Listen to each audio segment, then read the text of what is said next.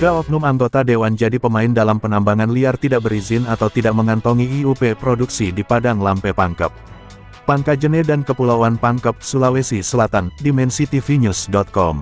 Ketua Lembaga Pengawasan Pelayanan Publik Nasional LP3N Pangkep Sulsel Irwan angkat bicara di publik, melalui penyiaran media dimensitv-news.com, Jumat tanggal 21 Juni tahun 2024, mendatangi kantor redaksi media dimensitv-news.com di Makassar guna untuk berkoordinasi dengan pimpinan umum media dimensitv-news.com, dan alhasil sempat berkolaborasi dengan Lembaga Pengawasan dan Media dimensitv-news.com terkait penambangan yang ada di Kabupaten Pangkajene Kepulauan, yang diduga keras tidak mengantongi IUP produksi.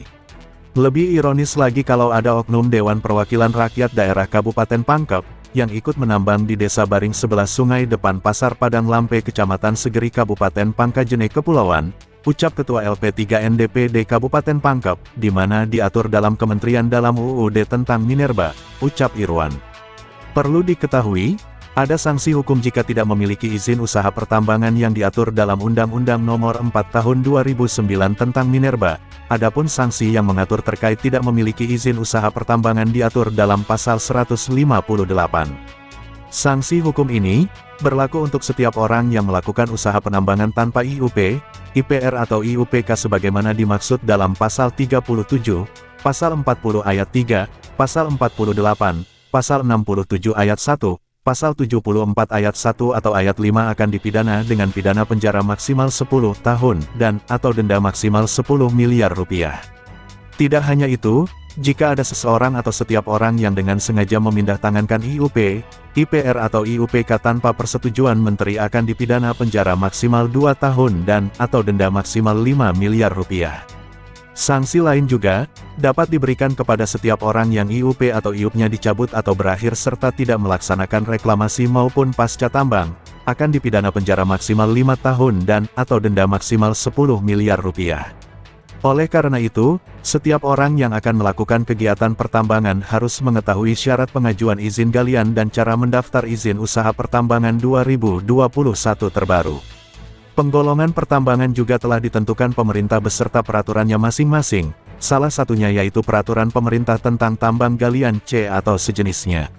Irwan sebagai lembaga kontrol independen Lembaga Pengawasan Pelayanan Publik Nasional mengatakan bahwa, di dalam aturan yang isinya Undang-Undang Nomor 3 Tahun 2020 tentang perubahan atas Undang-Undang Nomor 4 Tahun 2009 tentang pertambangan mineral.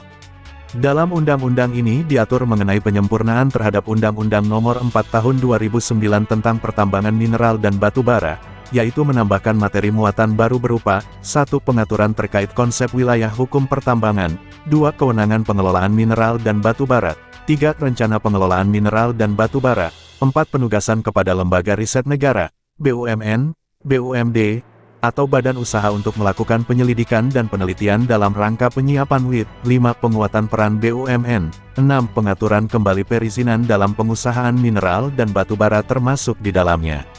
Konsep perizinan baru terkait pengusahaan batuan untuk jenis tertentu atau untuk keperluan tertentu, serta perizinan untuk pertambangan rakyat, dan 7. Penguatan kebijakan terkait pengelolaan lingkungan hidup pada kegiatan usaha pertambangan, termasuk pelaksanaan reklamasi dan pasca tambang. Dalam undang-undang ini juga dilakukan pengaturan kembali terkait kebijakan peningkatan nilai tambah mineral dan batu bara, divestasi saham, pembinaan dan pengawasan, penggunaan lahan, data dan informasi, pemberdayaan masyarakat, dan kelanjutan operasi bagi pemegang kontrak kerja KK atau perjanjian karya pengusahaan pertambangan batu bara (POPOK), ungkap Irwan di hadapan awak media Makassar dalam konferensi pers. Lanjut, kami sebagai lembaga Kontrol Sosial Independen LP3N mengecam keras dengan adanya dugaan main mata antara penambang dan para APH instansi yang terkait di dalamnya yang merupakan ada kaitannya dengan kegiatan penambangan yang ilegal, atau penambangan liar.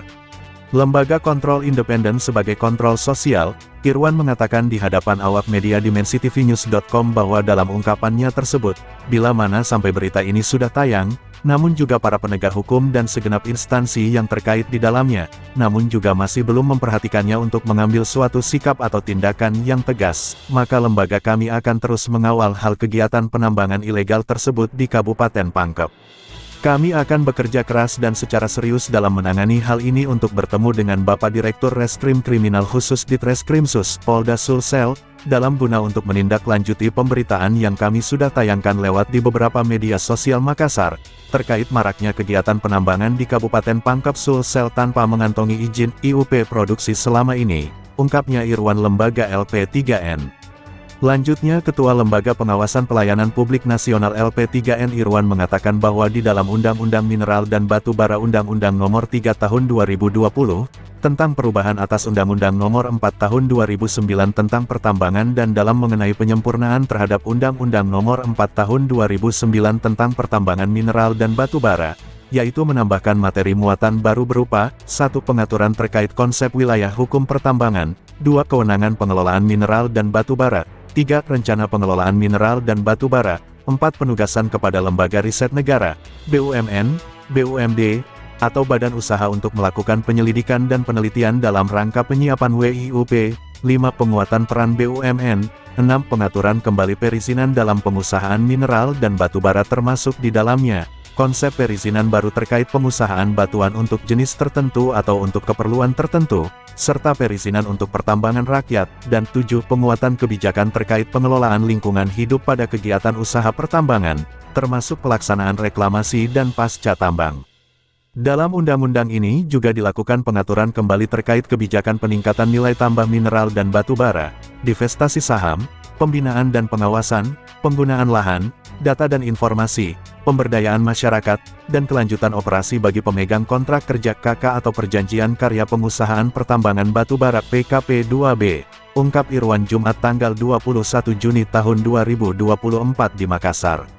Lanjut, Irwan mengecam keras yang selama ini sudah sekian lama adanya dugaan keras main mata antara penambang dan para penegak hukum dari bawah sampai naik tingkat atas, juga para instansi yang terlibat di dalamnya baik itu di wilayah kabupaten maupun tingkat provinsi. Apa sebenarnya yang terjadi para penambangan di Pangkep, sampai sekarang tidak ada tindakan dari instansi yang terkait. Lebih-lebih dari lembaga pengawasan DPRD Kabupaten Pangkep juga dugaan keras adanya pembiaran, yang secara berjamaah dikarenakan adanya oknum anggota dewan di dalamnya yang terlibat jadi penambang tersebut. Juga masyarakat Kabupaten Pangkep bisa mengutip bahwa selama ini yang sekian lama bahkan sampai sudah bertahun-tahun lamanya berjalan kegiatan penambangan ilegal tersebut, juga dari pihak APH Polres Pangkep dan Polda Sulsel dianggap tutup mata sama-sama mungkin sudah menjadi kebiasaan, dan bisa menjadi suatu catatan yang paling terburuk di mata rakyat. Ya sangat miris melihat daripada apa yang terjadi saat sekarang ini dalam kondisi yang sangat memprihatinkan, di mana-mana longsor dan banjir akibat daripada penambangan ilegal atau yang liar, tanpa melakukan reklamasi kembali yang bekas penambangan ilegal, atau liar. Semoga dalam pemberitaan ini kami bisa tayangkan di beberapa media online dan juga media sosial lainnya, bisa bermanfaat dan bisa diperhatikan lagi sebagaimana mestinya, penambangan dilakukan dengan yang secara aturannya.